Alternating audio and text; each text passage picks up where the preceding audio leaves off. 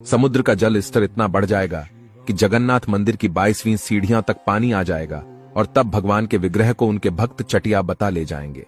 आकाश में 2 सूर्य निकलने का आभास होगा, लेकिन यह एक आसमानी पिंड होगा जो कि बंगाल की खाड़ी में जाकर गिरेगा और उड़ीसा जलमग्न हो जाएगा। किसान खेती करना बंद कर देंगे और जंगली जानवर शहर पर हमला करना शुरू कर देंगे।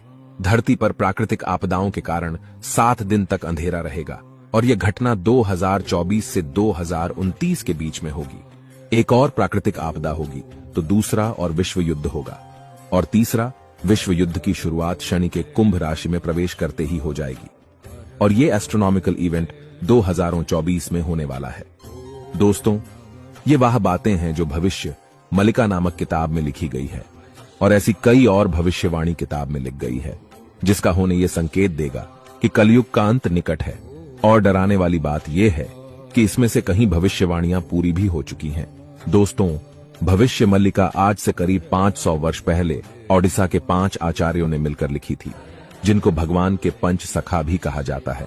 और यह पंच सखा हर युग में अलग अलग रूप और नाम से अवतारित होकर भगवान विष्णु के धर्म स्थापना के कार्य में अपना अपना सहयोग देते हैं।